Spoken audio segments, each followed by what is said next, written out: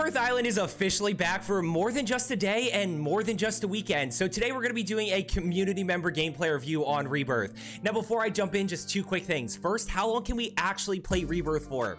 Well, they came out and announced they are going back to weekly rotational playlists. They're no longer changing it every single day, and those weekly updates will happen on Thursdays. So we have Rebirth quads at least until this upcoming Thursday, and then we'll just kind of see what happens from there. We'll see what they come out with for the next week.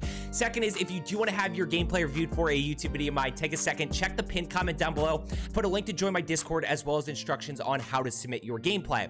Now today we have something that I haven't really done a video on before, not too in depth. A lot of you are at the point where you don't need your whole entire squad to go fight people, but you also can't solo split, you can't solo squad. So today we actually have a duo quads gameplay breakdown. Pepsi and Sherlock are playing together in this game, and they are playing with two randoms that they do not have comms with, so they are going to be forced to duo quad throughout this gameplay and play together. So we're going to be focusing on how to duo quad, how to play with randoms, and really focusing on pace of play, continuing to focus on that like we have been as of late. Now, understand where are we picking this up. We are picking this up. That is a bought loadout right there. That is not the free loadout. First circle is closing. They were in the blender a little bit, which is why I took out that early game, but they're going to come back in and be able to grab loadout immediately. Sherlock's going to go ahead and be down first. Pepsi's going to go ahead and fly in. Now, he makes an interesting choice right here that I want to highlight, which is he actually goes tempered. Notice there he actually is on keyboard and mouse, but he goes tempered right here, which allows him to regain a little bit quicker, but it's also taking away his ability to be comfortable with, to be super comfortable with his long range option. You know, he doesn't have the full customization of having an AR that he wants or a sniper that he wants. He's going to have to go with what he actually finds. So it's a little bit of high risk, high reward. When we talk about duo quadding and or even trio quadding, right? Starting to split more from your teammates. You know, the most important thing, and there's three things in reality. It's communication, it's trades, and it's angles. Communication is just letting your teammate that you're fighting with know exactly what you're seeing, what you're hearing, and what your plan is. So if you're going to go ahead and reposition because you're low health, you have to let him know that you're not with him. He's actually going to go ahead here in a second after he turns this corner and he gets this down and thirst. He's going to be low health, but he's going to actually push around the corner with the stim. Sherlock's going to be right with him, and notice that Pepsi actually re-challenges this. Now, that's not a full trade, which we'll talk about in a second, but what that is just Pepsi getting back in on the action, helping Sherlock a little bit, and now they can go ahead and both replay right here. Now, trading is crucial, especially in close quarter situations, and the next two things, one's going to be close quarters, one's going to be for approaching fights in more long range. When you're in close quarters, you want to be trading. If one of you is taking damage, you need to back off, let your full-plated teammate come flying in there. It's going to confuse your enemy. It's going to give you that advantage again, and you're going to be able to get more kills. When we talk about long range and approaching fights, it's all about angles. You want to be close enough that you can help your teammate, but not close enough that you get immediately smoked and you immediately get both of you down because you're so close together, and all that needs to happen is the enemy to snap from one guy to the next. So you need to find angles that you can get downs and thirst, but you don't want to be, and kind of like help each other out, but you don't want to be like right on top of each other, right next to you. Like here's kind of a dangerous spot, although there's not really a lot of people around. Real quick, by the way, before we start talking about randoms, if you are looking to get better Rebirth, Fortune's Keep, Modern Warfare 2, or Warzone 2, make sure you are subscribed down below. I do videos every single day. I'm going to continue doing videos every single day heading into Modern Warfare 2 and Warzone 2, just trying to help you become a better player, drop more 20 kill games, become a 2KD, whatever.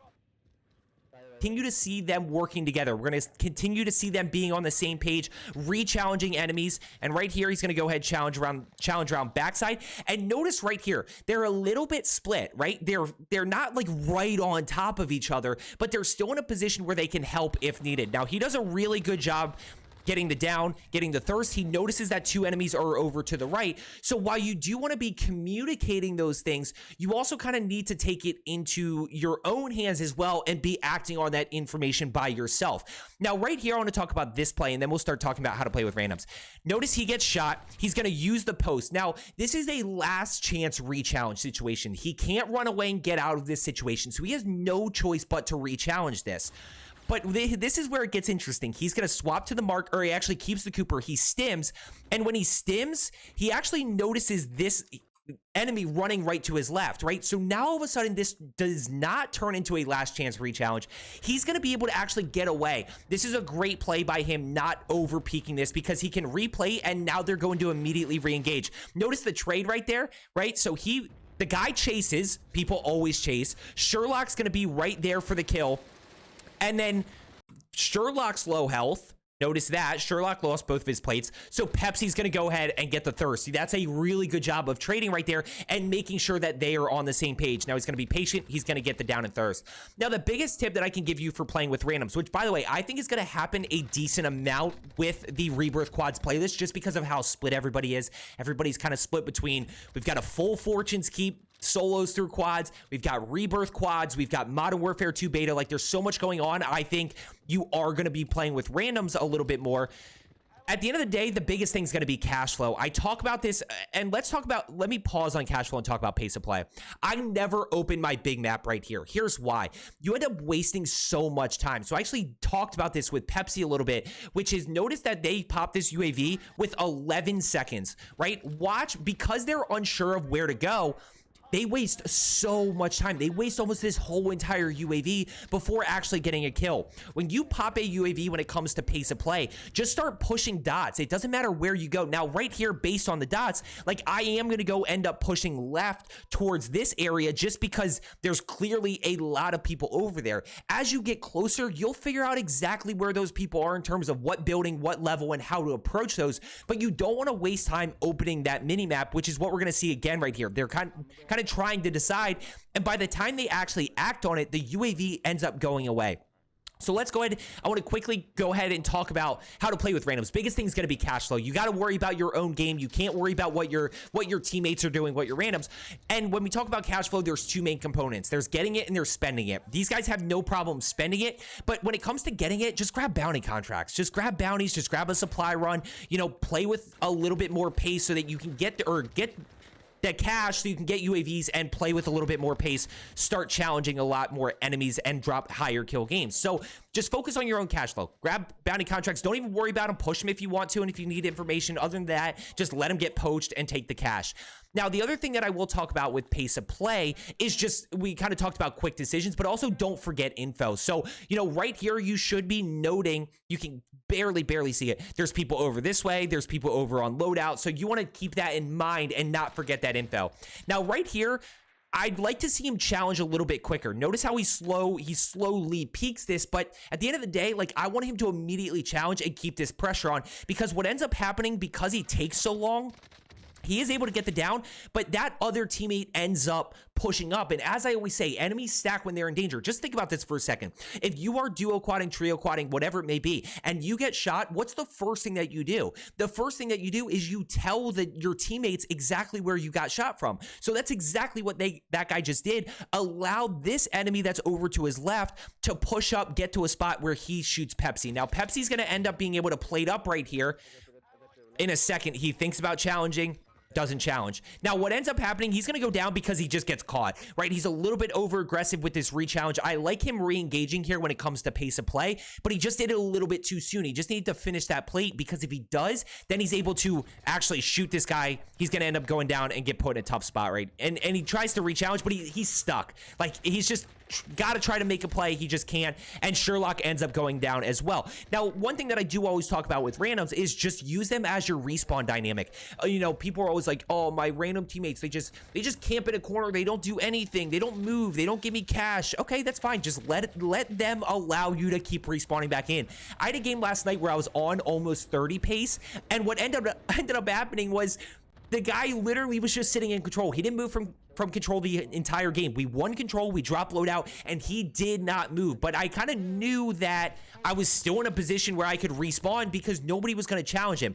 The downside of that when it comes to pace of play, and one thing that I do want to talk about, is you are potentially wasting 30 seconds if you die. So you want to be aggressive, you want to be in the action, you want to be getting UAVs up, but also be smart. You need to stay alive because you can't trust your teammates. They get a little bit lucky with their teammate this game. Their teammate actually finishes with 14. I think they finished with 18 combined. So their teammates getting kills, allowing them, you know, to come back a little bit quicker. Now, right there, they're back together again, but notice no cash flow. One thing I do want to talk about, supply run contracts. Supply run contracts are absolutely incredible when it comes to, you know, being able to pop UAVs. The one thing I will say is don't go out of your way to grab a supply run. They don't last long enough that you have to really be worried about it taking up too much time. But if you grab a if you grab that and it pushes kind of in the direction you're moving to, go ahead and complete it. Take the cash, take the contract bonus, grab the UAV, and then keep moving. So they need to go ahead and quickly re-engage here. They're going to go push up. They're both going to challenge, but notice these guys are already dead. So now they're kind of stuck a little bit, right? They don't really have a ton of information. And when you are in this position of not knowing, just push towards the hot area. But also, like I said, don't forget information. Where were all of those teams when we saw the big map, right? They were in prison and they were in decon. So remember that. Go push that direction. And by the time you get over there, 95% of the time, if not more, you're going to be able to find teams, whether it's from pings, whether it's from audio cues, whatever it may be. Now, he's going to end up going down again right here. A little bit of a tough play. The only thing I would say execution-wise, he should have had a long slide right here. Watch him cut it. You know, the slide cancel is a great move when you want to stop in place. But if he keeps sliding, I think he breaks this guy's camera, gives him that window of opportunity that he needs to be able to get this down in thirst. Now, whether that second enemy shoots him, I'm not totally sure. A little bit of an unfortunate spot right there, but he should have just let that slide go. And by the way, notice that, you know, he's coming back a little bit quicker right here. We've knocked about 6 seconds off, but it's going to take some time for him to actually get back, which slows his pace. And that further goes into, you know, why you're struggling to drop 20. Now, he drops 10 this game. I think it's 10 or maybe 8. I don't know how many drops. I think it's 10. But so he's not exactly close to that 20, but a lot of times when we talk about that pace of play, right? If I put you on the spot and actually think about this, if you're at like 14, 15, 16, and I say, hey, could you pick up a few kills if I give you another minute of gameplay time and I put you in a hot area? A lot of you would say, yeah, I'd be able to do that based on execution and information. Well, a lot of you throughout the game are wasting a minute to 2 minutes of gameplay time from wandering, from not re-engaging fights, from fully disengaging fights, from not being able to regain. And that is one of the biggest things that's preventing you from dropping that 20 kill game that you want or dropping 20s more often. So let's go ahead and keep pushing here. They've done a really good job so far. We've got 3 other teams. We've got 8 other people so far. Respawn is disabled, so unless you get a buyback, this is what you're dealing with. We're going to go ahead. They know there's people over there, but notice they're not really in the best spot. Now, when we talk about endgame, you know, my biggest reasoning, I get gas plays are cool. I think it's, you know, super cool to see them happen with gas masks and PDS and, you know, the stims and everything. But the reason that I always opt to rotate early is because if you go fight, there's a team over at shore. So if you go fight that team over at shore, you're going to pick up a ton of kills. Well, then what happens at that point? Then anybody that's outside of circle has to rotate exactly to you, and you're able to pick up more free kills, and the game becomes very easy where you have power position, you have good positioning, you have cover, and as long as you hit your shots and just kind of don't play too over aggressive, you're going to be able to get a bunch of free kills. And that's, you know, when we talk about the anatomy of a 20 bomb, I always talk about, look at that guy was a demon. That guy was a demon. When we talk about anatomy of a 20 bomb, I talk about 4 kills in endgame. But if you're in a good position, 4 kills in endgame is very easy. By the way, look at them just playing together right here. Really good job duo quadding. And they're just, now they should not worry about this guy. This guy's dead no matter what. It's just a matter of, is he going to die to gas or is he going to die to them when they get into circle? And you've got a bunch of people still up top at prison that have to over to the right. Does he not? No, he does. Why did I get confused there? I don't know. And at this point, you got basically 3v4 situation. You've got Sherlock, Z-Main, who finishes with 14, and you got Pepsi here. So they're going to go ahead and keep pushing up. They've got the information that they need. So this should be a pretty easy game as long as they clutch it. Watch this happen right here, by the way. Notice that Z-Main is shooting kind of from the left. Sherlock's pushing up. You're going to get the down right there. Now Pepsi's going to go ahead and push up here in a second to the boxes and keep playing aggressive. And they're just going to keep slowly pushing this, slowly closing that gap on these enemies. Now, what ends up happening is he gets caught in a weird spot. And watch how this happens right here. This is when we start really talking about duo quads, trio quads. He's going to tag this guy, gets put in a tough spot. Now, he's going to break him, but he is also broken. Now, notice the live ping over to the left. Somebody live pinged him through Combat Scout. You know, somebody shot this guy, he's live pinged. I don't know if it was Sherlock or Z-Main. I think it was Sherlock. Now he's going to go ahead and challenge this guy. And then they're going to push up top. So they just kind of keep that pressure on right there. So I hope you found today's video helpful. As I always say, let's get better today, and I will see you tomorrow.